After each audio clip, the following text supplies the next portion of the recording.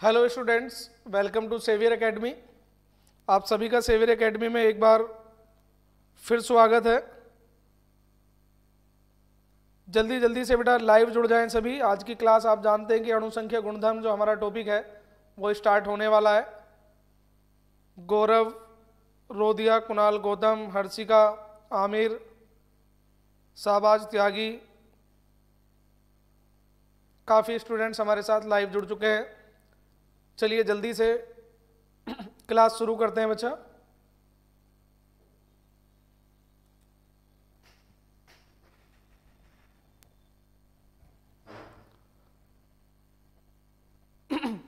Welcome to Saviour academy बच्चा। Saviour academy में आप सभी का एक बार फिर स्वागत है। जैसा कि आप सभी जानते हैं बेटा कि हमारा ये जो टाइम है वो केमिस्ट्री क्लास का है और आप पहले से ही जानते हैं। तमन्ना सिंह, गुड इवनिंग बेटा। जल्दी जल्दी से सभी स्टूडेंट्स लाइव जुड़ जाए बेटा हमारे साथ, और जिससे हम क्लास कंटिन्यू कर सके। जल्दी बेटा जल्दी जल्दी जुड़ जाएं। अपने सभी फ्रेंड्स को शेयर करें जिससे सभी आ सकें।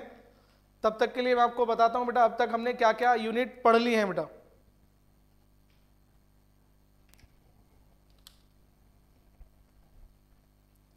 तो हमारा जो यूनिट है बच्चा वो चल रही थी सॉल्यूशन यूनिट, हम पढ़ रहे हैं।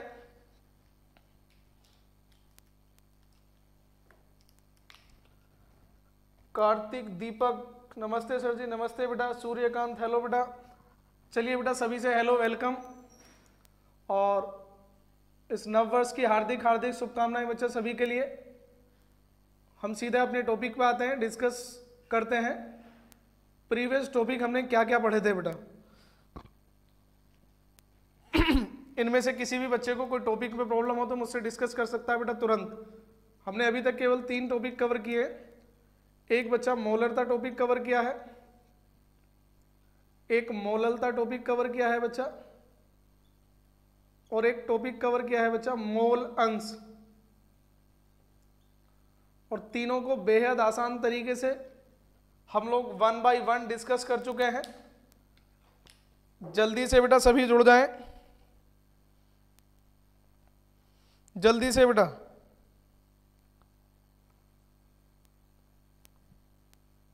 आज जो हमारा टॉपिक होने वाला है बच्चा वो होने वाला है अणुसंख्या गुणधर्म। और मैंने लास्ट क्लास में आपको अणुसंख्या गुणधर्म के कुछ फॉर्मूले भी बताए थे बेटा।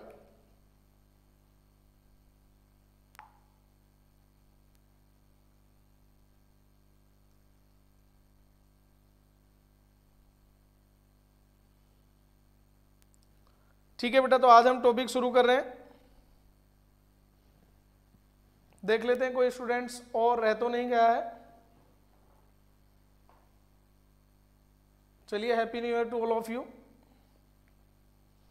अगर किसी के कोई कमेंट है, कोई डाउट है, कोई क्वेरी है तो आप जल्दी से डिस्कस करके मुझे बता दीजिए बच्चा, क्योंकि हम नए टॉपिक पर तभी डिस्कस करेंगे जब हमारे पुराने टॉपिक कवर हो जाएंगे बेटा। समझ गए बेटा मेरी बात। मैंने कहा हम नया टॉपिक तभी कवर करेंगे जब हमारे पुराने टॉपिक सारे कवर हो जाएंगे। तो चलिए हम शुरू कर लेते हैं। मुझे लगता है किसी की कोई डाउट या प्रॉब्लम नहीं है। टॉपिक है बच्चा हमारा अणुसंख्या गुणधर्म। बेटा जरूर पढ़ना, क्योंकि यहां से 4 नंबर का क्वेश्चन आने वाला है। अणुसंख्या गुणधर्म, जिसे हम बोलते हैं कोलिगेटिव प्रॉपर्टीज। क्या पढ़ते हैं बेटा हम इसे इंग्लिश में? Colligative properties. जो भी बच्चे लाइव हमारे साथ जुड़ रहे हैं जरा एक बार वीडियो को शेयर कर दें सभी को, और अपने फ्रेंड्स को सभी को शेयर कर दें। न्यू ईयर का जश्न खत्म हो चुका है जी बेटा। कल क्वेश्चन दिए थे और वो सभी ने कर लिए हैं। ठीक है बेटा, अणुसंख्या गुणधर्म की बात करते हैं, क्या होते हैं। और आज हमारा जो पहला टॉपिक होने वाला है अणुसंख्या गुणधर्म में वो है बेटा वाष्प दाब में आपेक्षिक अवनमन। वाष्प दाब में आपेक्षिक अवनमन।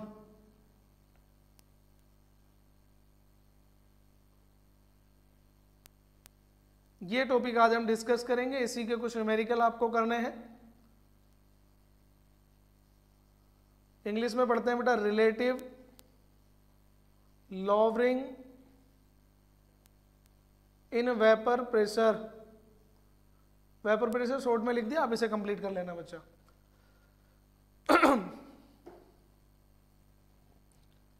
चलिए बेटा, थैंक यू। हमारा जो टॉपिक है वो है अणुसंख्यक गुणधर्म, और आज हम बात करेंगे अणुसंख्यक गुणधर्म होते क्या हैं। बेटा इसी शब्द को हम यहां से डिफाइन करेंगे, आप इसी वर्ड को ब्रेक करने की कोशिश करेंगे तो आपको समझ में आ जाएगा। अणुसंख्य मतलब अणुओं की संख्या, गुणधर्म ऐसे गुण जो अणुओं की संख्या पर निर्भर करते हैं, अणुसंख्यक गुणधर्म कहलाते हैं। एक बार दोबारा सुन लें बच्चा, मैंने कहा है किसी विलयन के ऐसे गुण जो उसके अणुओं की संख्या पर निर्भर करते हैं, अणुसंख्यक गुणधर्म कहलाते हैं। एक बार और देख ले बच्चा, कोई डाउट हो तो। मैंने कहा है इसी वर्ड को डिफाइन किया है बेटा, अणुसंख्यक गुणधर्म किसी विलयन के ऐसे गुण जो उसके अणुओं की संख्या पर निर्भर करते हैं, वे अणुसंख्यक गुणधर्म कहलाते हैं।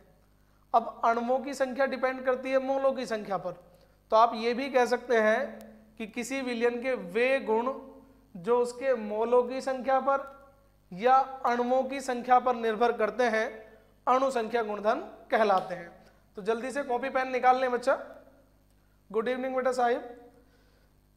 कॉपी पेन निकालें बेटा और लिखें जरा अणुसंख्यक गुणधर्म किसे कहते हैं। तो लिखें जरा एक बार कि किसी विलयन के वे गुण, मेरे साथ साथ लिखें बेटा तेजी से जरा, क्योंकि थ्योरेटिकल पोर्शन है, ये आना तो है नहीं, लेकिन फिर भी नोट जरूर करते चलना है जिससे बाकी के टॉपिक क्लियर हो जाएंगे बेटा। किसी विलयन के वे गुण जो विलेय के कणों की संख्या पर या विलेय के मोलों की संख्या, कोमा अणुओं की संख्या या आयनों की संख्या, 3 वर्ड बोले बेटा मैंने। किसी विलयन के वे गुण जो विलेय के अणुओं की संख्या, कोमा मोलों की संख्या या आयनों की संख्या पर निर्भर करते हैं।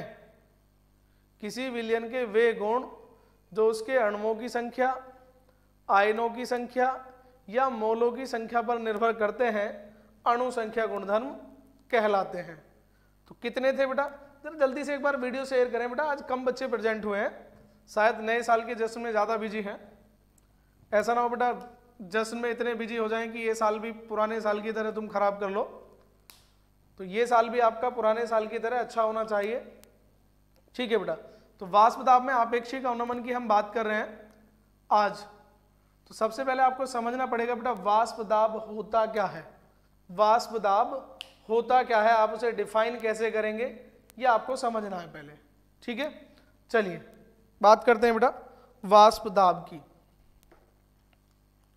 बड़े प्यार से समझना है बेटा टॉपिक, वरना रट्टा लगाते रह जाओगे, समझ में नहीं आएगा बेटा। मैंने कहा ये 4 नंबर का टॉपिक होने वाला है। यहाँ से अगर आपने ये समझ लिया आज का टॉपिक, तो बाकी क्वथनांक और हिमांक दोनों सब यहीं से क्लियर होंगे बेटा। मान लीजिए ये कोई बीकर है बेटा, और इसमें कोई जल रखा है या द्रव रखा है जिसको आपको गर्म करना है। जिसको आपको क्या करना है बेटा, गर्म करना। मैं जरा जल्दी से फिल कर देता हूं छोटा छोटा। डायग्राम समझ में आ रहा है बेटा? ये कमेंट करते रहा करें बेटा, अपनी मौजूदगी का एहसास कराया करें बार बार कि आप लोग यहीं पर हो, क्लास में सोए नहीं हो, ठीक है। हाँ जी, अटेंटिव बने बेटा। जल्दी कमेंट करके बताएं बेटा आप क्लास में हैं या मोबाइल ऑन करके चले जाते हैं। तो हमारा जो टॉपिक है बच्चा वो है वाष्प दाब। अब ये कोई द्रव है बेटा, इसमें क्या है, द्रव है। अब आप इस द्रव को गर्म करेंगे, तो जैसे ही हम किसी लिक्विड को गर्म करते हैं, जैसे ही हम किसी लिक्विड यानी कि द्रव को गर्म करते हैं, तो गर्म करने पर वो धीरे धीरे किस में कन्वर्ट होना शुरू हो जाता है, गैस में। मतलब उससे क्या बनेंगी, वेपर्स बनेंगी। क्या बनेंगी बच्चा, वेपर्स बनेंगी। क्लियर। अब मान लीजिए इस बर्तन में पूरे में बच्चा द्रव भरा हुआ है, चलो जल ले लेते हैं। इसमें जल है। प्रियांशु कुशवाहा वेलकम बेटा। Kunal yes sir. जतन राठी यस सर। सूर्यकांत सिसोदिया, सूर्यकांत सिसोदिया बेटा कल वाला क्वेश्चन जो था वो करा चुके हैं। जल्दी से बेटा सभी जुड़ जाएं। तो हम बात कर रहे हैं बेटा आज वाष्प दाब की। मैं पहले ही बता चुका हूँ, समझना बहुत जरूरी है, इसे समझें। लिखने की ज़्यादा ज़रूरत नहीं है आज केवल ज़्यादा समझने की ज़रूरत है, क्योंकि यहाँ से थ्योरेटिकल बेस्ड टेक्निकल क्वेश्चन बन सकते हैं। क्या बन सकते हैं वो चर्चा करेंगे उस बारे में। मेरा कहने का मतलब था बेटा, जब आप किसी लिक्विड को गर्म करते हैं, पानी को गर्म करते हैं या किसी बर्तन में रखकर किसी और लिक्विड को गर्म करते हैं, तो जैसे जैसे उसे गर्म करते हैं उससे वेपर्स निकलनी शुरू होती हैं, और वेपर्स निकलनी शुरू हो जाती हैं बच्चा, तो ऊपर की तरफ अगर यहाँ पर कोई बर्तन है, ऊपर की तरफ ये एक प्रेशर डालती हैं, जिसे आप कह सकते हैं वाष्प दाब कह सकते हैं बेटा। एक्चुअल में ये वाला वाष्प दाब नहीं होता, जनरल शब्द में तो आप ये समझ लें कि वाष्प द्वारा डाला गया दाब वाष्प दाब कहलाता है। समझने के पॉइंट ऑफ व्यू से केवल आप इतना समझें कि किसी द्रव की वाष्प द्वारा डाला गया दाब वाष्प दाब कहलाता है। लेकिन ये कौन सा होता है? ये बेटा साम्य अवस्था में होता है, जब लिक्विड से गैस और गैस से लिक्विड दोनों कन्वर्ट होने शुरू हो जाते हैं, उस केस में हम वाष्प दाब लेते हैं। फिलहाल पॉइंट ऑफ व्यू से समझने के लिए हम ये समझते हैं कि वाष्प द्वारा डाला गया दाब ही वाष्प दाब है। वाष्प द्वारा डाला गया दाब ही क्या है बच्चा? वाष्प दाब है। क्लियर? चलिए देख लेते हैं। किसी द्रव की वाष्प द्वारा डाला गया दाब क्या कहलाता है बच्चा? वाष्प दाब कहलाता है। अब चूंकि इसमें पानी था तो पूरे के पूरे बर्तन से क्या बन जाती है बेटा? वेपर्स बन जाती है। क्या बन जाती है? वेपर्स बन जाती है। क्लियर? अब आपने इस पानी में नमक घोल दिया बेटा। क्या घोल दिया? नमक। तो आप देखें जहां जहां मैं ब्लू ब्लू डॉट लगा रहा हूं, ये आप मान लें अब वाले जो ब्लू डॉट हैं ये नमक के कण हैं। किसके कण हैं बच्चा? नमक के कण हैं। ठीक है बच्चा, दिखाई दे रहे? नमक घुलने के बाद पूरे विलयन में या पूरे इसमें विलायक में नमक के कण मौजूद हो जाएंगे। यहां तक कोई डाउट बच्चा? समझ पा रहे हैं मैं क्या कहना चाह रहा हूं? पहले जब आपने द्रव को गर्म किया था तो टोटल वाटर था, टोटल पानी था पूरे बर्तन में चारों तरफ, और पानी को गर्म किया तो पूरे बर्तन से भाप बनी। पूरे के पूरे बर्तन से क्या बनी बेटा? भाप बनी। लेकिन इस बार क्या हुआ? इस बार बेटा यहां जहां आप देख पा रहे हैं ये वाले जो पार्टिकल्स हैं, ये जो पार्टिकल्स हैं मैं थोड़े से बड़े बना देता हूं, आप बड़े मत बनाना बेटा। ठीक है, समझने की कोशिश करेंगे केवल, क्योंकि छोटी स्क्रीन पे आपको देखना है और मैं बड़ा वैसे ही छोटा लिख रहा हूं तो आपको ये पार्टिकल्स बड़े दिखाई दें, मैं इसलिए थोड़ा सा बड़ा करके लिख दिया है। ठीक है, अब आप मुझे ये बताएं, जब हम पानी को गर्म करेंगे और पहले पानी से पूरे एरिया से भाप बन रही थी, लेकिन अब क्या हुआ? जहां जहां नमक के पार्टिकल्स आ गए बेटा, जिस हिस्से में नमक के पार्टिकल्स आ गए, नमक की तो भाप ही नहीं बनती, नमक की तो वाष्प ही नहीं बनती, नमक तो अवाष्पशील पदार्थ है। इसका मतलब अब भाप जो है कम एरिया से बनेगी। जो वाष्प है बेटा, ये जो है पहले कैसी बन रही थी बेटा? ज्यादा बन रही थी। मतलब अगर मैं आपको ये बर्तन दिखाऊं बेटा, पहले ये बर्तन इस तरह का था, गोल ऊपर से। ठीक है, पहले इस पूरे बर्तन से क्या बन रही थी बेटा? वाष्प बन रही थी। लेकिन अब जगह जगह नमक के पार्टिकल्स आ गए। ऐसे समझ लें बेटा, ये जो पार्टिकल्स आप देख पा रहे हैं ये नमक के पार्टिकल्स आ गए। पॉइंट को बेटा अच्छे से समझना जो मैं समझाना चाह रहा हूं। सारे अणु संख्या गुण इसी पॉइंट पर डिपेंड हैं। एक बार दोबारा समझ लेना बेटा, मैं फिर बता रहा हूं, जब तक समझ में ना आए दोबारा पूछ लेना। लेकिन ये टॉपिक जब तक समझना जब तक क्लियर नहीं हो जाए, क्योंकि 4 पॉइंट है और चारों पॉइंट इसी पॉइंट पे डिपेंड है। ठीक है बच्चा, तो ये जो आप देख पा रहे हैं यहां पर, ये जो आप पॉइंट डिनोट कर पा रहे हैं, ठीक है, ये क्या होता है कि यहां जहां नमक के पार्टिकल्स आ जाएंगे वहां से वेपर्स नहीं बनेंगी। इसका मतलब जो वाष्प बनेंगी अब वो कम जगह से बनेंगी, कम पृष्ठ क्षेत्रफल से बनेंगी। वाष्प का जो पृष्ठ क्षेत्रफल है वो कैसा हो गया? कम हो गया। कम हो गया तो वाष्प भी कैसी बनेगी? कम। यहां तक क्लियर बेटा? कोई डाउट? बिल्कुल बेटा, कमल। अब वाष्प कैसी हो जाएंगी? कम। और वाष्प कम हो जाएंगी तो वाष्प दाब भी कैसा हो जाएगा? कम हो जाएगा। वाष्प दाब भी कैसा हो जाएगा बेटा? कम हो जाएगा। दोबारा समझें अब मेरी बात को। जब आप किसी विलायक को गर्म करते हैं तो पूरे बर्तन से वाष्प बनती हैं, पूरे बर्तन से वाष्प बनती हैं। लेकिन जब आप उसमें नमक, चीनी, ग्लूकोज कोई ऐसा पदार्थ घोल देते हैं जो अवाष्पशील होता है, जिसकी वाष्प नहीं बनती है, तो पृष्ठ क्षेत्रफल कम हो जाता है। कम क्यों हो गया? क्योंकि कुछ जगह बेटा नमक के पार्टिकल्स आ गए, और जहां जहां नमक के पार्टिकल्स आ गए बच्चा, वहां से वाष्प नहीं बनेगी। अगर वाष्प नहीं बनेगी, कम बनेगी, तो वाष्प दाब भी कैसा होगा बच्चा? कम होगा। वाष्प दाब भी कैसा होगा बच्चा? कम। इसका मतलब ये हुआ कि जब आप किसी विलायक में कोई अवाष्पशील पदार्थ घोलते हैं तो उसके वाष्प दाब में कमी आ जाती है। और ये कमी क्यों आती है? क्योंकि जो पृष्ठ क्षेत्रफल था, जो एरिया था, वो कैसा हो गया? कम हो गया। जरा एक क्वेश्चन नोट करें, इसी थ्योरी से मिलता जुलता है, और वो एग्जाम में इस तरह के क्वेश्चन अगर आ जाते हैं तो बच्चा हड़बड़ा जाता है, क्योंकि इस तरह के क्वेश्चन कितने भी बन सकते हैं और एग्जाम में कहीं से भी आ सकते हैं। इसलिए एक क्वेश्चन ये वाला जरूर नोट करें जो मैं बता रहा हूं, आप लिखें जरा कि जब किसी विलायक में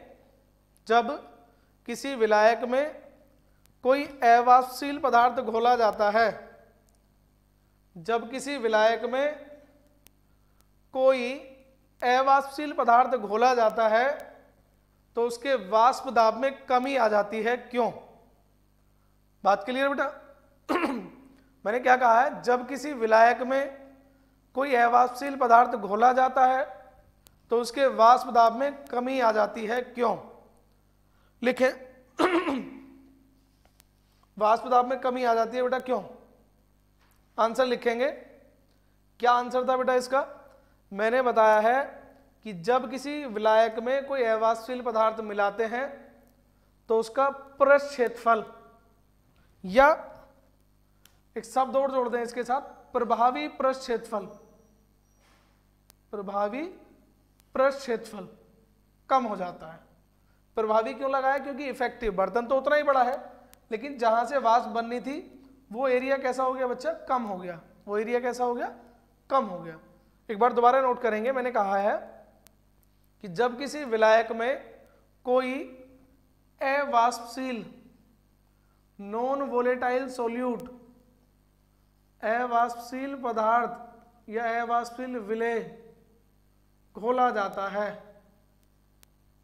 अवाष्पशील पदार्थ घोला जाता है, तो उसके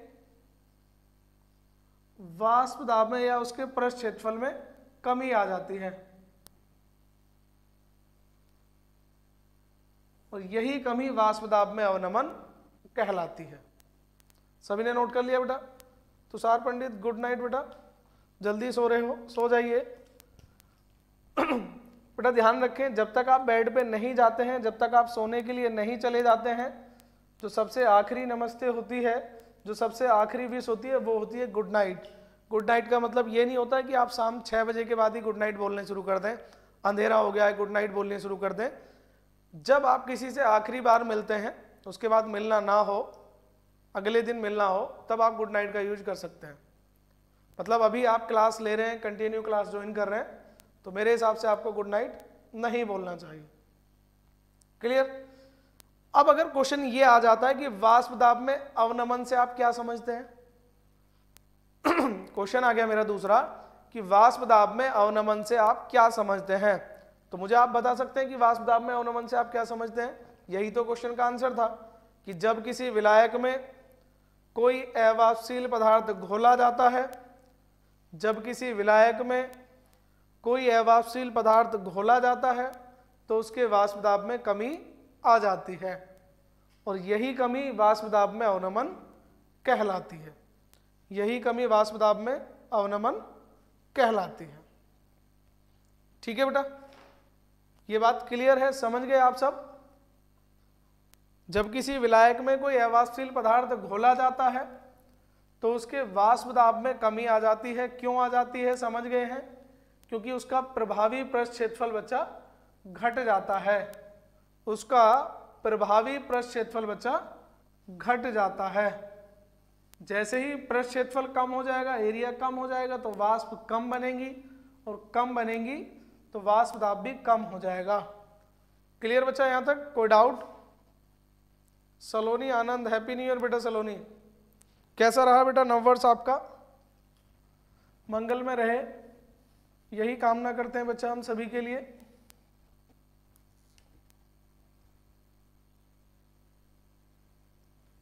ठीक है बेटा, अब हम बात करते हैं राउल्ट के नियम की। राउल्ट के नियम की। अब ये राउल्ट का नियम बेटा इस चैप्टर में बहुत ज़्यादा इंपॉर्टेंट है। हर चैप्टर में एक एक दो दो नियम हैं और विलियन वाले चैप्टर में राउल्ट का नियम है बच्चा। किसका नियम है? एक बार उस क्वेश्चन का आंसर दोबारा बता दे बेटा। मुझे लगता है हिमांशु तुम कहीं चले गए थे। क्वेश्चन का आंसर बेटा वही है जो पहले बताया था। वाष्प दाब में जो कमी होती है उसी को वाष्प दाब में अवनमन कहते हैं। ठीक है, कमी क्यों आती है बेटा? कमी इसलिए आती है क्योंकि पहले इस पूरे बर्तन से वाष्प बन रही थी, अब जहां जहां नमक के पार्टिकल्स आ गए हैं वहां से वाष्प नहीं बनेगी, तो उसका जो प्रभावी पृष्ठ क्षेत्रफल है, जो इफेक्टिव क्षेत्रफल है, वो कैसा हो जाएगा बच्चा? वो घट जाएगा। तो मोस्ट इंपोर्टेंट टॉपिक है बच्चा जिसको हम बोल रहे हैं आज राउल्ट का नियम। तो राउल्ट का नियम क्या होता है वो आप समझें बेटा। राउल्ट ने बताया था कि किसी विलायक के वाष्प दाब में आपेक्षिक अवनमन, पहले ये वाला पॉइंट ऐसे ही नोट करेंगे रफली, एक ही लाइन में पूरा राउल्ट का नियम खत्म हो जाएगा बेटा। वाष्प दाब में आपेक्षिक अवनमन, जो बच्चे हमारी पूरी क्लास ले रहे हैं उन्हें पता चलेगा बेटा कंप्लीट क्लास लेने का फायदा क्या होता है। वाष्प दाब में आपेक्षिक अवनमन, जैसा कि आप सभी जानते हैं कि आज बोर्ड जो है यूपी बोर्ड, वो भी अपने एग्जाम को लेकर कुछ गाइडलाइन देने वाला है। मे भी आपके एग्जाम 15 फरवरी से होने लग जाएं। अगर ऐसा हुआ तो जो बच्चे अब नींद लेने का काम कर रहे हैं उनकी नींदें उड़ने वाली हैं बेटा। और मैंने कहा है अगर आप इस चैप्टर के शुरुआत में नहीं जुड़े तो बीच में से समझना थोड़ा सा मुश्किल हो जाता है। क्यों होने वाला है अब समझ में आपको आ जाएगा। इसीलिए मैं बोलता हूं बेटा आप रेगुलर क्लास लें, हमेशा क्लास लें। तो राउल्ट का नियम कहता है कि वाष्प दाब में आपेक्षिक अवनमन विलेय के मोल अंश के बराबर होता है। ये राउल्ट का नियम है।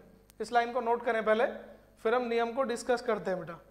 नियम क्या कहता है इस बारे में हम डिस्कस करेंगे अभी। तो जरा देखें राउल्ट के नियम ने क्या कहा है। वाष्प दाब में आपेक्षिक अवनमन, वाष्प दाब में आपेक्षिक अवनमन विलेय के मोल अंश के बराबर होता है।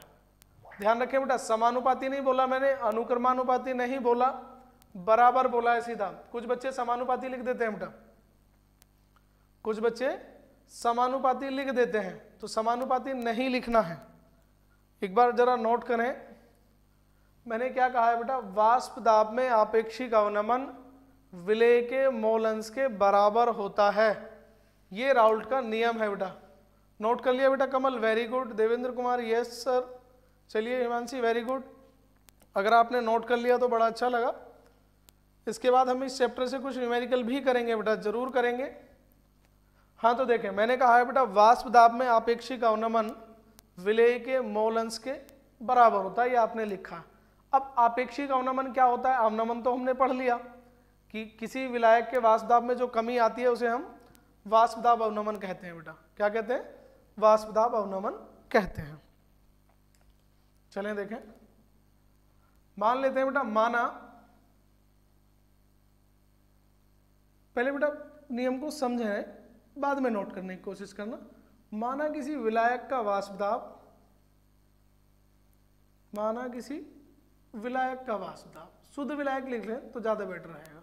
किसी विलायक का वाष्प दाब P है बेटा या P नोट है, किसी विलायक का वाष्प दाब बराबर है P नोट, तथा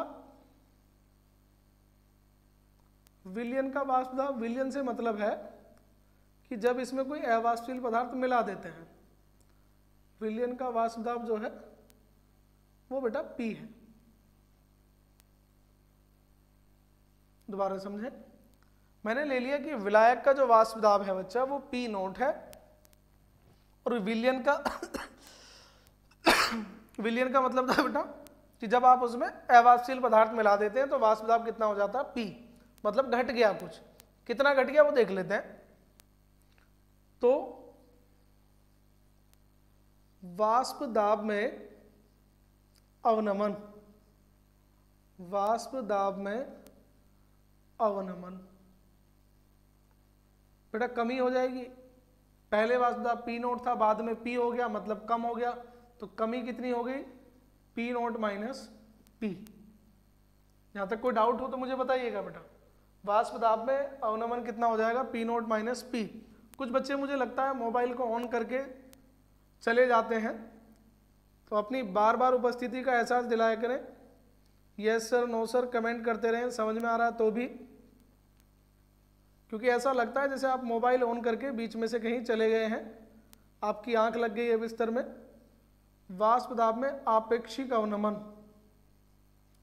वाष्प दाब में आपेक्षिक अवनमन वो हो गया बेटा आपका P note minus P divide by P note बेटा।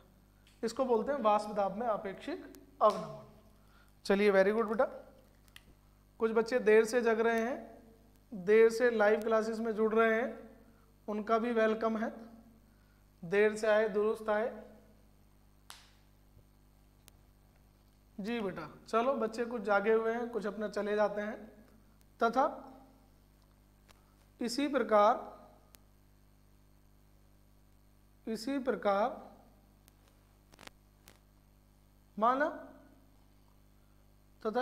माना विलेय के मोलों की संख्या Na है, विलेय के मोलों की संख्या Nb ले लें बेटा। विलेय के मोलों की संख्या बराबर होगी बेटा आपकी Nb। कितनी होगी, Nb। नोट ना करें बेटा अभी, विलेय के मोलों की संख्या बराबर कितनी होगी, Nb। तथा विलायक के मोलों की संख्या जो है बच्चा, विलायक के मोलों की संख्या, कितने बच्चे ऐसे हैं बेटा जो रेगुलर क्लास ले रहे हैं, क्योंकि अब आने वाला है बेटा मोलेंस का फॉर्मूला, वो है Na। कितना है बच्चा, Na। चलिए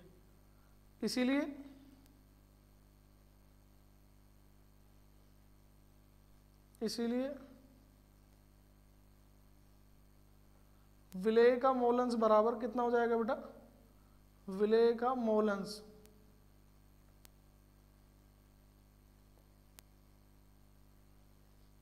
बताएं बेटा। आप जानते हैं क्या मोलेंस किसे कहते हैं? लास्ट वीडियो में हमने पढ़ा था बच्चा मोलेंस किसे कहते हैं। Very good.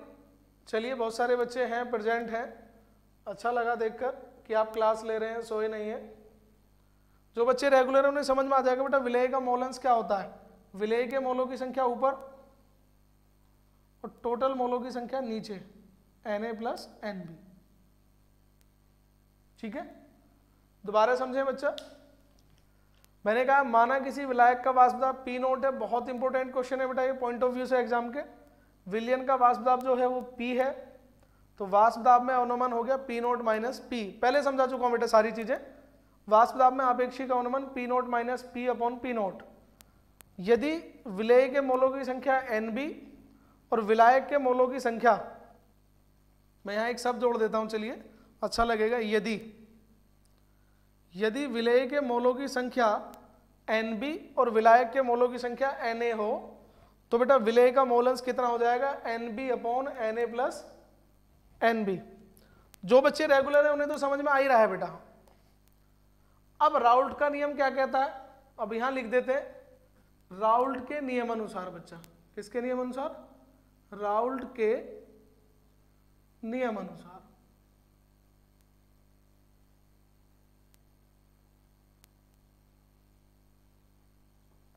राउल्ट के नियम अनुसार बच्चा, तो राउल्ट के नियम अनुसार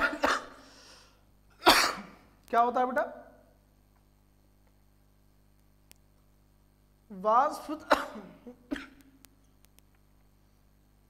वाष्प दाब में आपेक्षिक अवनमन, वाष्प दाब में आपेक्षिक अवनमन बराबर विलेय का मोलेंस। विलेय का मोलन्स। मैंने क्या बताया था बेटा, राउल्ट का नियम क्या कहता है?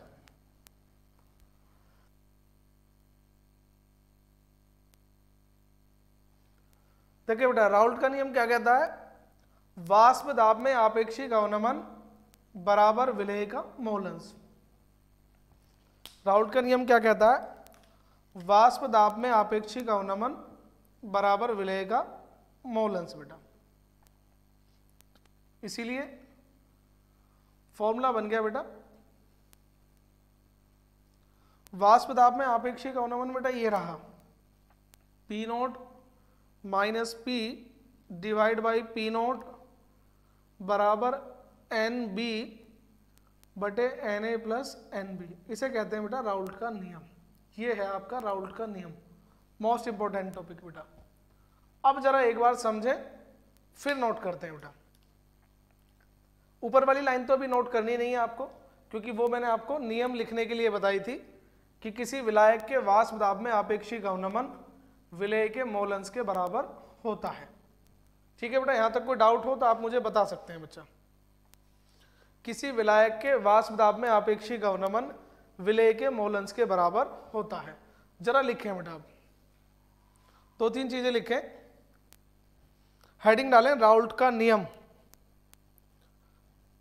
हेडिंग डालें बच्चा राउल्ट का नियम। जैसे जैसे मैं बताऊंगा वैसे वैसे नोट करना है, आप भुलाने से भी नहीं भूल पाओगे बेटा राउल्ट के नियम को। थैंक यू बेटा कुणाल। हाँ तो बेटा मैं बता रहा था कि आप भुलाने से नहीं भूल पाओगे राउल्ट के नियम को, कुछ इस तरीके से लिखने वाले हैं बच्चा हम लोग। तो हेडिंग डालें राउल्ट का नियम। लिखें, जब किसी विलायक में कोई अवाष्पशील पदार्थ घोला जाता है, जब किसी विलायक में कोई अवाष्पशील पदार्थ घोला जाता है तो विलायक के वाष्प दाब में कमी आ जाती है। जब किसी विलायक में कोई अवाष्पशील पदार्थ घोला जाता है तो उसके वाष्प दाब में कमी आ जाती है। ठीक है बेटा, नई लाइन से लिखें, राउल्ट के नियम अनुसार, राउल्ट के नियम अनुसार, कोमा इन्वर्टेड कोमा शुरू। जानते हैं बेटा कोमा कैसे लगेगा? कोमा इन्वर्टेड कोमा शुरू, जो आप डायरेक्ट इनडायरेक्ट में लगाते हैं, कोमा इन्वर्टेड कोमा शुरू। अब लिखें राउल्ट का नियम। लिखें, किसी विलायक के वाष्प दाब में आपेक्षिक अवनमन किसी विलायक के वाष्प दाब में आपेक्षिक अवनमन विलेय के मोलन्स के बराबर होता है। किसी विलायक के वाष्प दाब में आपेक्षिक अवनमन विलेय के मोलन्स के बराबर होता है। बराबर शब्द का ध्यान रखना है बच्चा, समानुपाती नहीं बोलना है, अनुक्रमानुपाती नहीं बोलना है, बोलना है तो सिर्फ बराबर।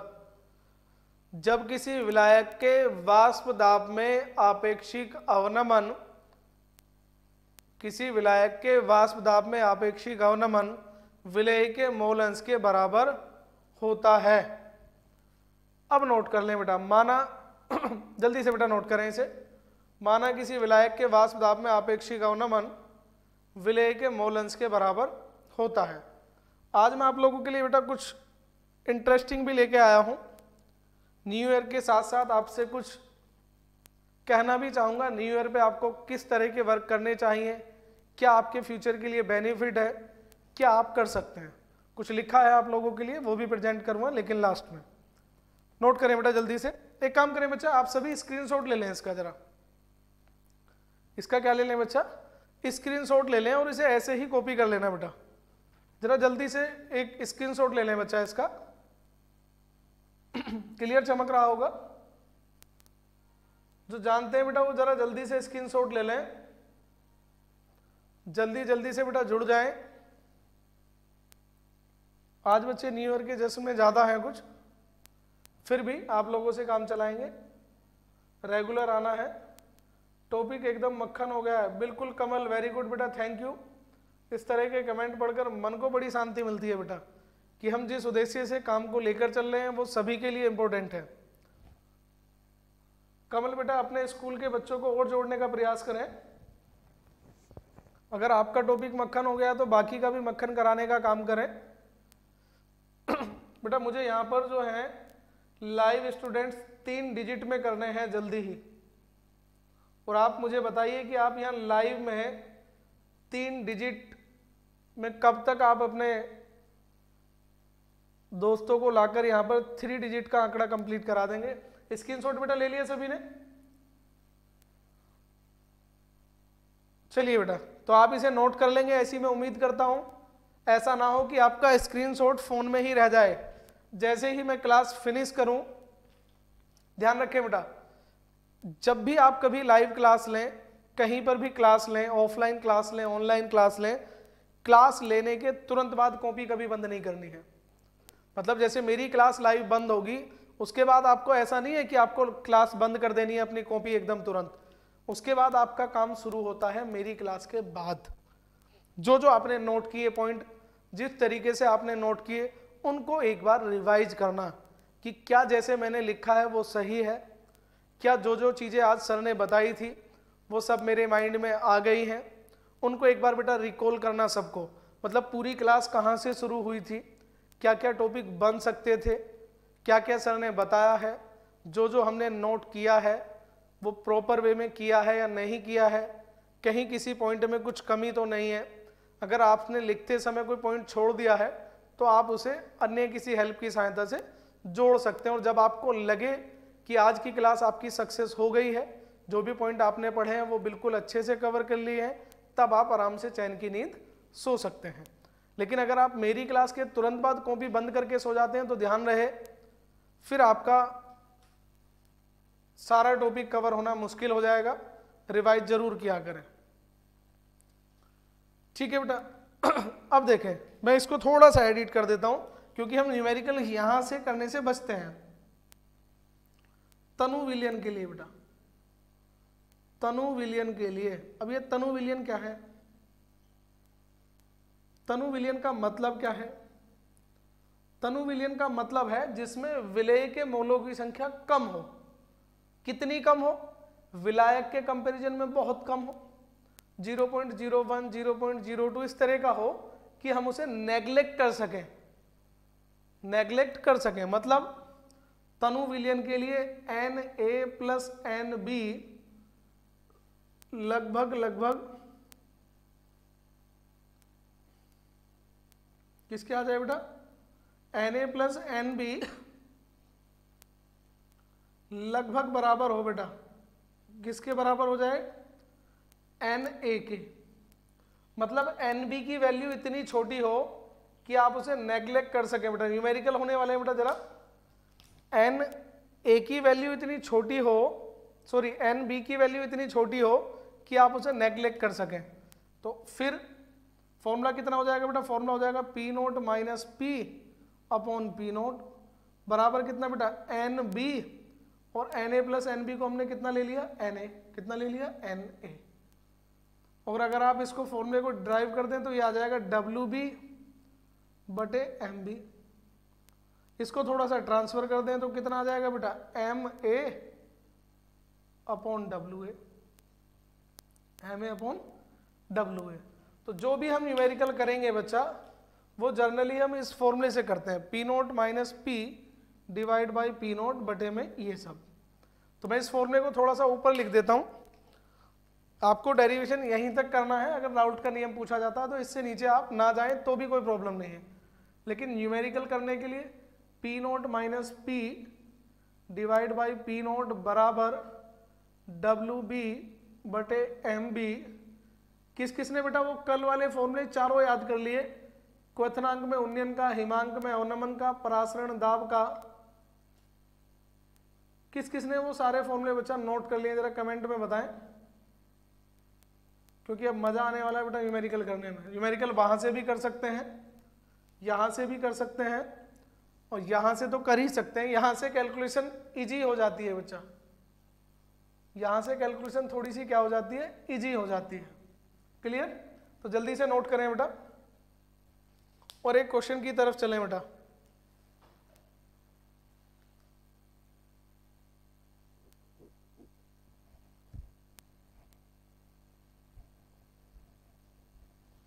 जल्दी बेटा, जल्दी जल्दी से नोट करें।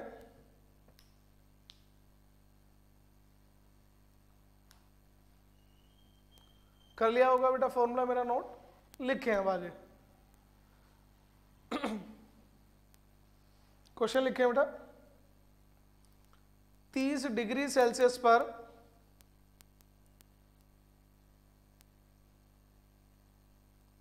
जी बेटा फॉर्मूले कल ही करा दिए थे, लेकिन कुछ बच्चे करते नहीं है, उनके लिए थोड़ा सा कराना पड़ता है। लिखें बेटा, 30 डिग्री सेल्सियस पर यूरिया के 6% जलीय विलयन, 30 डिग्री सेल्सियस पर यूरिया के 6% जलीय विलयन का वाष्प दाब 31.13 मिलीमीटर है। 31.13 मिलीमीटर है। दिया हुआ है बेटा ब्रैकेट में कि 30 डिग्री सेल्सियस पर जल का वाष्प दाब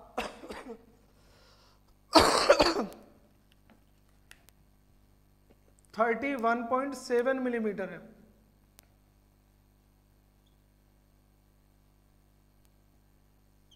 क्वेश्चन एक बार फिर पढ़ें, 6% यूरिया विलयन है जिसका वाष्प दाब 31.13 है बेटा, 31.13 मिलीमीटर है। 31.1 मिलीमीटर है। यूरिया का अणुभार आप लोगों को ज्ञात करना है। एक चीज तो बेटा ये देखें, क्वेश्चन आपने लिख लिया, थोड़ा सा बड़ा हो जाएगा कोई बात नहीं, लेकिन आसानी से समझेंगे और प्यार से इस क्वेश्चन को क्लियर करेंगे। आपने देखा होगा आपके पास जो भी मॉडल वगैरह पेपर हैं, जो भी आपके पास अनसोल्ड पेपर वगैरह हैं, वहां पर आपको वाष्प दाब के न्यूमेरिकल कम मिलते हैं और आपने प्रैक्टिस भी कम की होती है। क्लियर? अब कुछ बच्चों का आंसर है कि सर यूरिया का तो अणुभार कितना होता है, 60 होता है, हम वैसे ही बता सकते हैं। क्वेश्चन क्यों पूछ रहा है? क्वेश्चन इसलिए पूछ रहा है बेटा कि यूरिया का अणुभार अब 60 नहीं आने वाला है। आ भी सकता है, 58 भी आ सकता है कैलकुलेशन की वजह से, 62 भी आ सकता है, 63 भी आ सकता है। जो भी एरर होगी, जो भी इम्प्योरिटीज होगी, वो आपको मिल जाएगी। ठीक है? क्वेश्चन को एक बार दोबारा पढ़ेंगे जिन्होंने लिखा है। मैंने कहा है बच्चा कि 30 डिग्री सेल्सियस पर 6% यूरिया विलयन का वाष्प दाब 31.13 मिलीमीटर है। तो यूरिया के अणुभार की गणना कीजिए। अब दिया हुआ है ब्रैकेट में कि 30 डिग्री सेल्सियस पर जल का वाष्प दाब 31.70 मिलीमीटर है। तो यूरिया का अणुभार ज्ञात कीजिए। क्लियर बच्चा? चलिए देखते हैं। सबसे पहले फॉर्मूला लिखते हैं बेटा। क्या लिखते हैं? फॉर्मूला। फिर उसके हिसाब से वैल्यू आप चेंज करेंगे, क्या क्या वैल्यू गिवन है, कैसे फाइंड आउट करेंगे। फॉर्मूला होता है बेटा P not minus P divide by P not. Numerical करने के लिए मैं फॉर्मूला लगा रहा हूँ बेटा दूसरा, WB बटे MB into MA upon W। यहाँ तक कोई दिक्कत हो तो समझाइए मुझे। फॉर्मूला अभी अभी हमने कवर किया है। अब या तो आपको बहुत अच्छे से मालूम हो P नोट क्या है, P क्या है, लेकिन नहीं भी मालूम है तब भी हम न्यूमेरिकल आसानी से कर सकते हैं। कैसे कर सकते हैं बच्चा? P नोट जो है वो हमेशा बड़ी वाली वैल्यू होगी, क्योंकि बड़े में से ही छोटा घटेगा। मान लीजिए 2 वाष्प दाब दिए हैं, एक दिया हुआ है 100 मिलीमीटर, एक दिया है 80 मिलीमीटर। अब ये भी नहीं पता कौन सा विलेय है कौन सा विलायक है, तो सीधा सीधा काम करेंगे, 100 में से कितना घटाएंगे? 80। तो 100 कितना हो गया? P note. P कितना हो गया? 80। अगर क्वेश्चन कहते एक है 62 और एक है 75, 2 वाष्प दाब दिए हुए हैं, एक 62 और एक 75, तो 75 में से क्या सब्ट्रैक्ट करना है? 62। तो बड़ा कौन सा हो गया? 75। वो क्या हो जाएगा? P note. ये बात समझ में आ गई बेटा? P नोट हमेशा क्या वैल्यू होने वाली है? P नोट जो वैल्यू है बेटा वो हमेशा बड़ी वाली वैल्यू होने वाली है। कौन सी वाली वैल्यू होने वाली है? बड़ी वाली वैल्यू होने वाली है। ठीक है? अब देखते हैं P नोट वाली वैल्यू कैसी हो जाएगी, बड़ी। तो बेटा P नोट कितना हो गया? 31.70 माइनस 31.13 डिवाइड में कितना आएगा बेटा पी नोट, तो पी नोट कितना हो गया 31.70। यहां बात करते हैं बेटा क्वेश्चन ने कहा है बेटा 6% यूरिया विलियन, 6% यूरिया, इसका मतलब है बेटा यूरिया की ग्राम में मात्रा, यूरिया मतलब WB बराबर कितना हो गया बेटा 6 ग्राम, कितना हो गया 6 ग्राम। जिन्हें परसेंटेज का मतलब है वो समझ रहे होंगे। विलायक का भार, काफी सारे न्यूमेरिकल किए हैं कल और परसों में। विलायक का भार बेटा WA वो कितना हो जाएगा बेटा 100 में से 6 जाएंगे 94 ग्राम, कितना हो जाएगा 94। ये क्लियर है? ये तो परसेंटेज बेटा हमने कई बार पढ़ ली है। ये क्लियर हो जाए तो बेटा एक बार जरा थम्सअप जरूर दें। 6% का मतलब समझ गए कि 6% का मतलब है कि 6 ग्राम यूरिया है और 94 ग्राम जो है वो जल है। क्या है? जल है। कैसे आया 94 समझ गए? 100 में से 94 को माइनस किया है। क्लियर बच्चा यहां तक? कमेंट करें बेटा, मुझे आपके कमेंट का इंतजार है। हाँ तो WB हो गया आपका 6 ग्राम, कितना हो गया 6 ग्राम। अणुभार आपको इसका निकालना है। MA बेटा क्या है? जल है, जल का अणुभार 18 और WA हो गया आपका 94। बताएं बेटा जरा, क्या आपको वैल्यू समझ में आ गई? क्या आपको वैल्यू समझ में आ रही है बेटा? ये क्लास डेली चलती है, 9:25 पर चलती है और सारे टॉपिक और पूरा सिलेबस कवर होने वाला है बेटा इस चैनल पर। आपको जल्दी से आपकी मैथ की क्लास भी आपको मिलने वाली है। इसी वीक आपको आपकी मैथ्स की क्लास भी मिल जाएंगी बेटा। क्या आपको इसमें से वैल्यू समझ में आ गई बच्चा? कौन कौन सी है? हर्ष सावरिया डन, हर्षिका ठीक है, अजीत, चलिए सभी को समझ में आ गया मुझे लगता है वैल्यू कहां कहां से आई है। मैं एक बार सबट्रैक्ट कर देता हूं बेटा। 0 में से 3 सबट्रैक्ट नहीं होंगे तो हासिल लेना पड़ेगा 7, 10 में से 3 गए 7, ये हो जाएगा 6, 6 में से 1 गया बच्चा 5, तो ये आ गया 0.57। 31 से तो 31 कैंसिल हो ही जाएगा, बटे में 31.70 बराबर 6/MB। चलिए इसको थोड़ा सा डिवाइड कर देता हूँ, कैलकुलेशन आसान कर देता हूँ। ये आ जाएगा बेटा 3 और ये आ जाएगा 2 100 का 8 और 2 7 14, 47 बेटा। ये हो गया 6 का कितना हो गया बेटा 3 और ये हो गया 18/47 बेटा। ठीक है, यहां तक कोई डाउट हो तो मुझे बताएं जरा। जैसे वो सब समझ में आ रहा है बहुत अच्छे से। ठीक है बेटा आमिर, M बेटा इस तरफ आ जाएगा, ये इस तरफ पहुंच जाएगा, तो ये हो जाएगा MB बराबर समझे बेटा 3 गुणा 18 गुणा 31.70 बटे 47 गुणा 0.57। अब यहां तक कोई दिक्कत हो तो ये भी बताते हैं बेटा। ऊपर की वैल्यू नीचे और नीचे की वैल्यू ऊपर। मैंने बता दिया बेटा, इसके आप न्यूमेरिकल कम पढ़ते हैं तो पॉइंट से पॉइंट कैंसिल, 3 से काट दिया बेटा, ये हो जाएगा 3 एकम 3 और 3 नम 27। ठीक है बेटा। अब 19 से आप चाहें तो ट्राई कर सकते हैं। 19 एकम 19 बचेंगे 12 और 127 डिवाइड नहीं होने वाला है।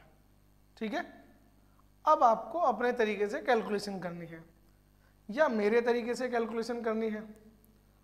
मैं यहां लिख देता हूं बेटा बराबर में, ये बचा बेटा 18 गुणा 31 70 बटे में 47 गुणा 19। अब आपके पास 2 तरीके बचते हैं बेटा कैलकुलेशन करने के, या तो 19 को 20 मान लें या 19 को 18 मान लें।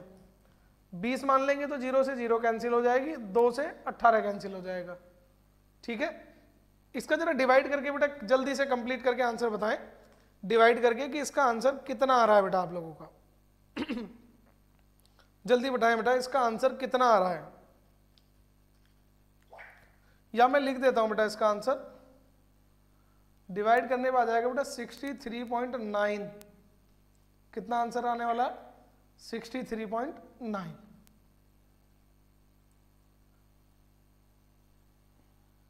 यहां तक कोई दिक्कत हो तो बेटा मुझे बता दें अभी। 9 दूनी 18, 9 पंजे 45, 10, ठीक है बेटा, कैलकुलेशन करके वही आना है, देखें कैसे। मेरी कैलकुलेशन थोड़ी सी अजीब रहती है। 18 गुणा 31 70 बटे 47 गुणा 19, या तो 47 का 48 कर लें तो भी हो जाएगा। 6 तिया 18 और 6 अट्ठे 48, ठीक है बेटा। यहाँ 2 से कट कर दें, 2 चौक 8, यहाँ 2 से कट कर दें, 2 एकम 2, 1 बचेगा, 2 पंजे 10, 1 बचेगा 17, 2 अट्ठे 16 और 2 पंजे 10, ठीक है बेटा। ये हो जाएगा 3 गुणा 15 गुणा 85 बटे 4 गुणा 19।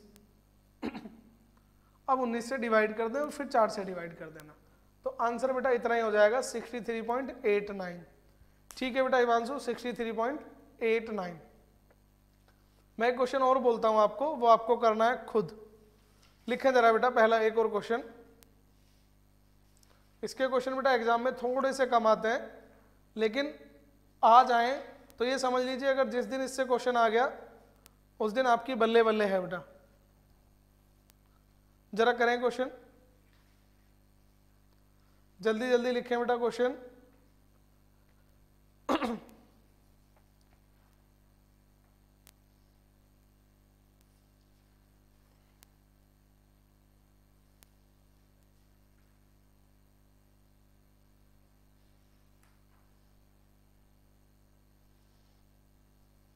लिखिए बेटा क्वेश्चन पहला। किसी पदार्थ के 18.1 ग्राम को, किसी पदार्थ के 18.1 ग्राम को 100 ग्राम में 100 ग्राम जल में घोला गया।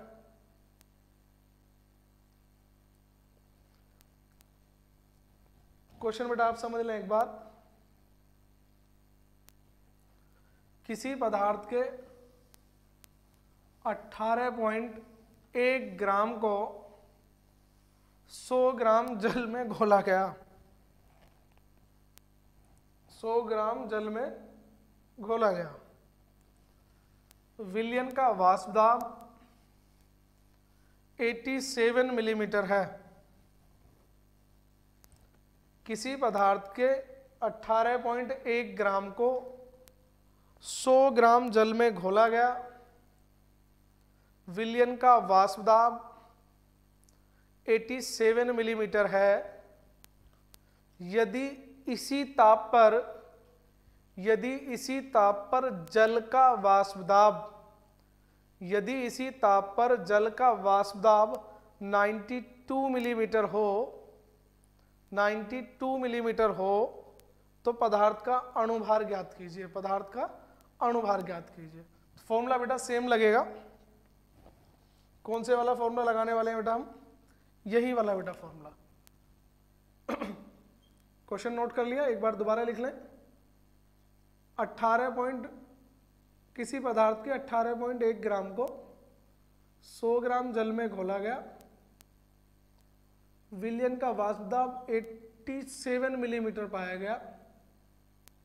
विलयन का वाष्प दाब 87 मिलीमीटर पाया गया। यदि इसी ताप पर जल का वाष्प दाब 92 मिलीमीटर हो, यदि इसी ताप पर जल का वाष्प दाब 92 मिलीमीटर हो, तो यदि इसी ताप पर जल का वाष्प दाब 92 मिलीमीटर हो तो पदार्थ का अणुभार ज्ञात कीजिए। अब देखें जरा क्वेश्चन। एक तो दे दिया आपको 87 मिलीमीटर, कितना दे दिया? 87 मिलीमीटर। मुझे इस बात से कोई मतलब नहीं है ये विलायक का है या विलेय का है। दूसरा दे दिया 92 मिलीमीटर। जैसा आपको प्रीवियस क्वेश्चन में बताया था, विलेय विलायक कोई ज़्यादा खास ध्यान देने वाली बात नहीं है। आपको लग रहा है जो वैल्यू ज़्यादा है, वैसे ज़्यादा किसका होता है? विलायक का होता है। बहुत अच्छे से समझाया भी था कई बार, लेकिन फिर भी अगर आपको कोई डाउट है तो आप यहाँ से कर सकते हैं बेटा। पी नोट कितना हो जाएगा बेटा? 92 माइनस 87 बटे में कितना आ जाएगा 92। क्लियर बेटा। ग्राम में मात्राएं दो हैं, एक है 18.1 ग्राम, एक है 100 ग्राम जल।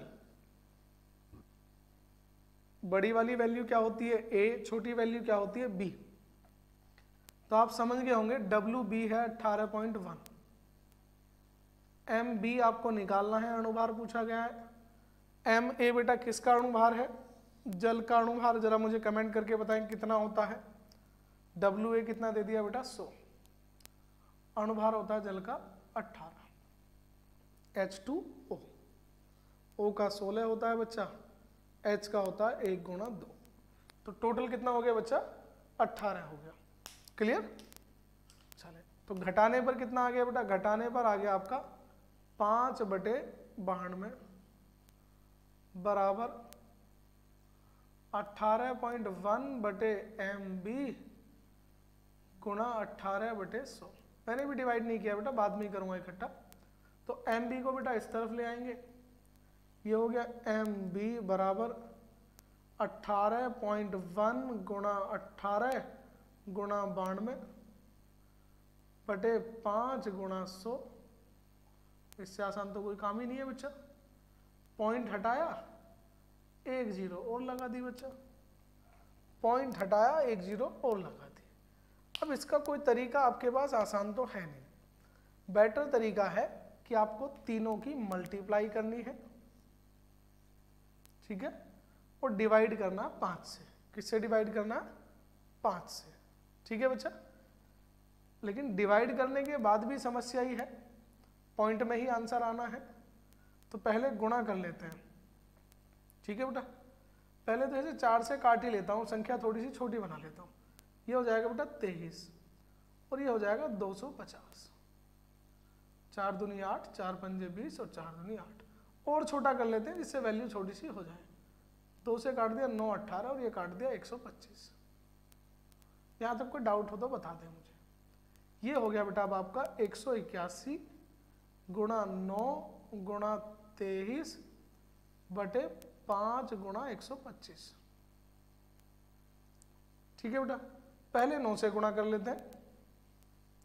9 एकम 9 बेटा, 9 अट्ठे 72, 7, 9 एकम 9 और 7 16 गुणा 23 बेटा बटे 5 गुणा 125। आज एक और ट्रिक सिखाऊंगा बच्चा आपको कि नीचे वाली वैल्यू से डिवाइड कैसे करते हैं।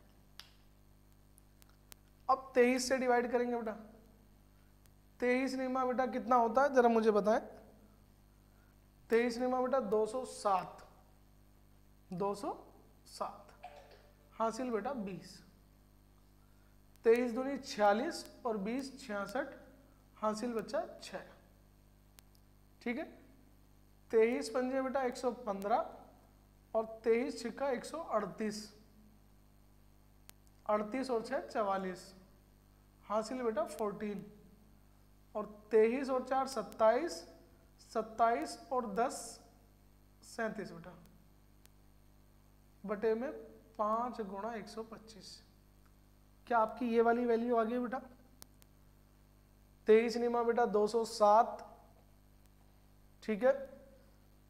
23 निमा 207 हासिल 20, 23 दूनी 46 और 20 66 हासिल 6, 23 छिक्का 138, 38 और 6 44 हासिल बेटा 14 और 23 और 14 37। क्या आपकी यहां तक वैल्यू आ गई बेटा। बेटा अणुभार ना बताएं, कैलकुलेशन मोबाइल की यूज ना करें। मैं जितना पूछ रहा हूं बेटा उतना बताएं। क्या यहां तक आपका आंसर आ गया है बेटा, जल्दी बताएं बेटा मुझे, क्योंकि मैं कैलकुलेशन आपको करनी सिखा रहा हूं बच्चा इजी, और आप लेके जा रहे हैं बच्चा कैलकुलेशन थोड़ी सी टिपिकल।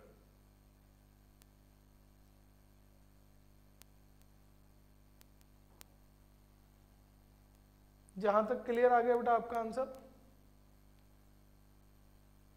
59.9 सर, 59.9 सर, ठीक है बेटा। मैं आपको यहां से डिवाइड करना सिखा रहा हूं।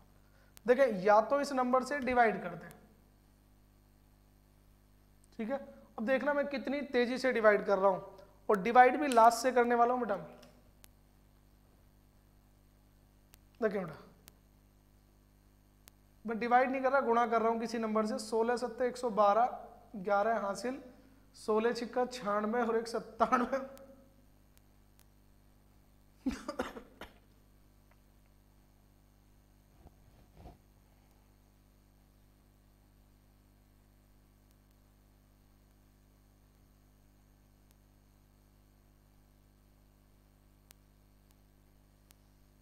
ये आंसर आया बेटा आपका 59.9472। कैलकुलेशन आपके सामने की है, कोई मोबाइल कोई कैलकुलेटर यूज नहीं किया है, किसी नंबर से मल्टीप्लाई की है, किसी नंबर से मल्टीप्लाई की है। देखो 5 गुणा 125 ये बैठता है बेटा 625, 3 7 4 6 7 और डिवाइड किया मैंने 625 से, 625 से, और आपकी बिना कैलकुलेटर के किया, आपके सामने किया है। बिल्कुल बेटा अजीत, तबीयत ठीक है, कोई प्रॉब्लम नहीं है। जरा जल्दी से देखें, क्या आप समझ पा रहे हैं बेटा? यहाँ तक मैं आपको बताने वाला हूँ बेटा मैंने डिवाइड कैसे किया और आप भी कैसे कर सकते हैं। ये कैलकुलेशन, ये ट्रिक्स आप फिजिक्स में भी अप्लाई कर सकते हैं, मैं तो केमिस्ट्री में करता ही करता हूँ। कैलकुलेशन अगर आप लोगों की स्ट्रॉन्ग होगी, पकड़ स्ट्रॉन्ग होगी, तो न्यूमेरिकल आपके फिजिक्स में अच्छे हो जाएंगे। केमिस्ट्री की तो मेरी गारंटी है कि इतनी कैलकुलेशन आती ही नहीं है। ठीक है, चलिए आंसर आ गया बेटा 59.9472। अब वो चीजें समझे जो मैं समझानी चाह रहा हूं बेटा। कैलकुलेशन का एक टॉपिक छोटा सा समझा के, क्योंकि देखो अंत तक बने रहने का कुछ तो फायदा मिले। ऐसे कुछ तो बच्चे हों जो लास्ट तक वीडियो देख रहे हैं, उन्हें लास्ट में कुछ मिले। मैंने कई बार बताया बच्चा, अंत भला तो सब भला। अब देखें क्या करते हैं। मान लीजिए बेटा मुझे 674 को 5 से डिवाइड करना है। ठीक है, अब देखो मैं डिवाइड करता हूं बिना डिवाइड के। ठीक है, देख लेना बेटा, 2 चौक 8, 1 14 और 1 2 सत्ते 14, 1 और 2 छिक्का 12 और 1 13। ये आएगा बेटा डिवाइड करके। मैंने डिवाइड नहीं किया, मैंने गुणा किया किसी नंबर से, मैंने मल्टीप्लाई किया बेटा किसी नंबर से। मैंने किसी नंबर से क्या किया बच्चा? मल्टीप्लाई की है। ठीक है, अब देखें जरा, मैं 13,724 को डिवाइड करना चाह रहा हूं बेटा 25 से। अब मेरे पास एक और तरीका है बेटा। ठीक है, मैं डिवाइड कर रहा हूं 25 से। नहीं आता पहाड़ा, 4 से गुणा करनी आती है, कर दीजिए। 4 चौक 16, 4 दूनी 8 और 1 9, 4 सत्ते 28, 2 4 तिया 12 और 2 14, 1 4 और 1 5। ये आंसर आएगा बेटा, चाहे तो चेक कर लें। बिल्कुल सिंपल सा कॉन्सेप्ट है। कहां से बना है? 125 से डिवाइड करना है तो भी कर सकते हैं। 8 चौक 32, 8 दूनी 16 और 3 19, 1 8 सत्ते 56 और 1 57, 5। ठीक है, 8 ने 72, 72 और 5 77, 7 और 8 और 7 15। ये आंसर है बेटा आपका। अब ऐसा क्या हो रहा है जो आप बार बार इस कैलकुलेशन को देखना चाह रहे हैं? क्या सभी मुझे सुन पा रहे हैं बेटा, देख पा रहे हैं? जरा जल्दी से कमेंट करके बताएंगे मैंने ऐसा क्या किया है। क्या आप समझ गए? देखिए बेटा, अगर आपको किसी नंबर को 5 से डिवाइड करना है, किससे डिवाइड करना है? 5 से, तो उस नंबर में 2 से गुणा करनी है। 25 से डिवाइड करना है तो उस नंबर को 4 से गुणा करनी है। 125 से डिवाइड करना है तो उस नंबर को 8 से गुणा करनी है। बात समझ में आ गई? मैंने कहा अगर किसी नंबर को 5 से डिवाइड करना है, डिवाइड करने में प्रॉब्लम है तो 2 से गुणा कर दें और 1 अंक पहले पॉइंट लगा दें। कितने अंक पहले? 1 अंक पहले, 1 डिजिट पहले पॉइंट लगा दें। 4 से गुणा करें, 2 अंक पहले पॉइंट लगा दें। 8 से गुणा करें, 3 अंक पहले पॉइंट लगाना है। कितने अंक पहले बेटा? 3 अंक पहले पॉइंट लगाना है। और कभी 625 से डिवाइड करना हो, ठीक है, तो 16 से गुणा कर दें और 4 अंक पहले पॉइंट लगाना, 1 2 3 4। मतलब समझ गए बेटा? मैं क्या कहना चाह रहा हूं, आप मेरी बात का मतलब समझ गए? जब कभी आपको 5 से डिवाइड करना हो 2 से गुणा कर दें, 25 से डिवाइड करना हो 4 से गुणा कर दें, 125 से डिवाइड करना हो 8 से गुणा कर दें और 625 से डिवाइड करना हो तो 16 से गुणा कर दें।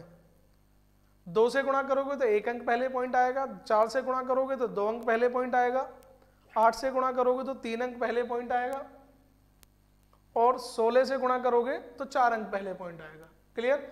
और मैंने इस कैलकुलेशन में 625 से डिवाइड किया था और 625 का टेबल आप जानते हैं मुझे नहीं आता, आपको भी नहीं आता, लेकिन मैंने एक ही लाइन में कर दिया बिना किसी कैलकुलेशन के। आप समझे? 625 का मैंने क्या किया, 16 से गुणा कर दी। कितने से गुणा कर दी? 16 से। और मुझे 16 का टेबल आता है, 16 सत्ते 100। क्लियर बेटा? 16 से मल्टीप्लाई की और पॉइंट कितने अंक पहले ले लिया? 4 अंक पहले। तो आई होप आपको समझ में आ गया होगा।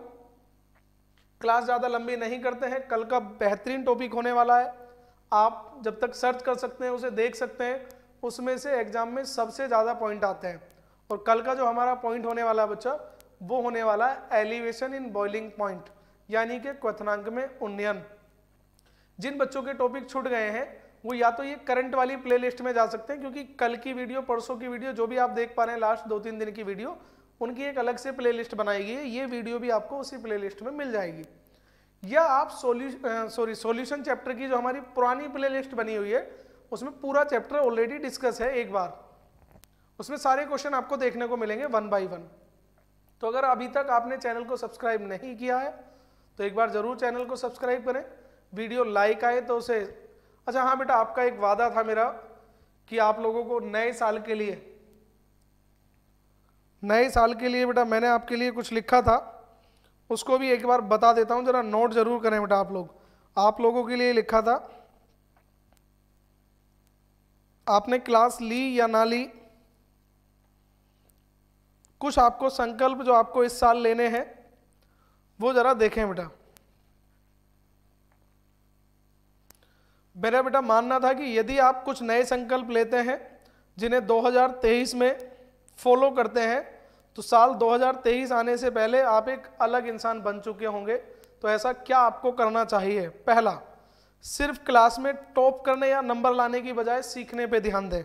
पॉइंट नंबर 1 बेटा मेरा, कि सिर्फ, ये मेरे पर्सनल अनुभव से है बेटा जो मैंने लिखा है आप लोगों के लिए, कि सिर्फ क्लास में टॉप करने या नंबर लाने की बजाय अगर आप सीखने पे ध्यान देंगे तो ज़्यादा बेटर रहेगा बेटा। पॉइंट नंबर 2, पढ़ाई से रिलेटेड किसी भी काम को कल पर ना टालें। जैसे कुछ बच्चे होते हैं, सर आज मैं बिजी हूँ, क्लास में उपस्थित नहीं हो पाऊंगा, कल पढ़ लेंगे सर, कल याद कर लेंगे, आज गेस्ट आ गए, कुछ भी बहाने, हमारे पास सैकड़ों बहाने होते हैं बच्चा। तो टॉपिक है हमारा, दूसरा पॉइंट मैंने जो लिया है कि पढ़ाई से रिलेटेड किसी भी काम को आप कल पर ना टालें, ये आप प्रॉमिस करें। आज नववर्ष पर ये प्रॉमिस करें। स्कूल या कॉलेज के सिलेबस को छोड़कर बाहर की दुनिया से भी कुछ ना कुछ सीखें। कुछ बच्चे ऐसे होते हैं जो किताबी दुनिया में इतना खोए रहते हैं कि उन्हें बाहर की दुनिया का कुछ एहसास ही नहीं होता। इसलिए कम से कम कॉलेज स्टूडेंट, कम से कम बेटा आप इन बातों का ध्यान रखें कि स्कूल या कॉलेज के सिलेबस को छोड़कर बाहर की दुनिया से भी थोड़ा कुछ सीखें। अगर आप एक कॉलेज स्टूडेंट हैं, 12th स्टूडेंट्स हैं, तो पैसे बचाने और इन्वेस्ट करने के बारे में भी सोचें, ये आपके फ्यूचर के लिए बहुत ज़्यादा काम आएगा। एक लक्ष्य बनाएं, उसे दिन रात मेहनत करें, कम से कम एक ऐसी जगह यात्रा करें जो आपके लिए यादगार बन जाए। कम से कम बेटा वर्ष में एक बार ऐसी यात्रा जरूर होनी चाहिए जो आपके लिए यादगार बन जाए। खुद को हमेशा इंप्रूव करते रहें, अपडेट करते रहें। अगर कोई प्रश्न है तो उसे पूछने के बारे में झिझक ना रखें। जैसे हमारी लाइव क्लासेस में भी बहुत सारे बच्चे होते हैं जो क्वेश्चन पूछने से हेजिटेट होते हैं, यहाँ तो जबकि हम एक दूसरे के आमने सामने नहीं हैं फिर भी हेजिटेट होते हैं। तो पूछने के बारे में कोई झिझक ना रखें, खुद के स्वास्थ्य पर ध्यान दें, निरंतर एक्सरसाइज करना शुरू करें। और हाँ बेटा, मैं हमेशा ध्यान देता हूँ और कहता हूँ कि आपको हमेशा पर्याप्त नींद लेनी चाहिए। सोशल मीडिया का उपयोग कम से कम करें, जितने भी प्लेटफॉर्म हैं, चाहे वो व्हाट्सअप हो, मतलब इनका एजुकेशन के लिए आप यूज कर सकते हैं, लेकिन इनसे दूरी बनाएं पर्याप्त। इंटरनेट का उपयोग केवल अपनी प्रोडक्टिविटी बनाने के लिए करें और भेड़ चाल चलने की बजाय कैरियर के प्लान तैयार करें और उस पर काम करें। इनमें से जितने भी पॉइंट मैंने आपको बताए, अगर आपको एक भी पॉइंट अच्छा लगा हो और समझ में आए तो जरूर फॉलो कीजिए। 2023 आपके लिए बेहतर विकल्प साबित होगा और शायद इससे बेहतर वर्ष आपके लिए कुछ ना हो, क्योंकि बॉर्डर होता है बेटा 12th क्लास। तो मिलते हैं नेक्स्ट वीडियो में, तब तक के लिए जय हिंद जय भारत, बने रहिए बेटा हमारे साथ।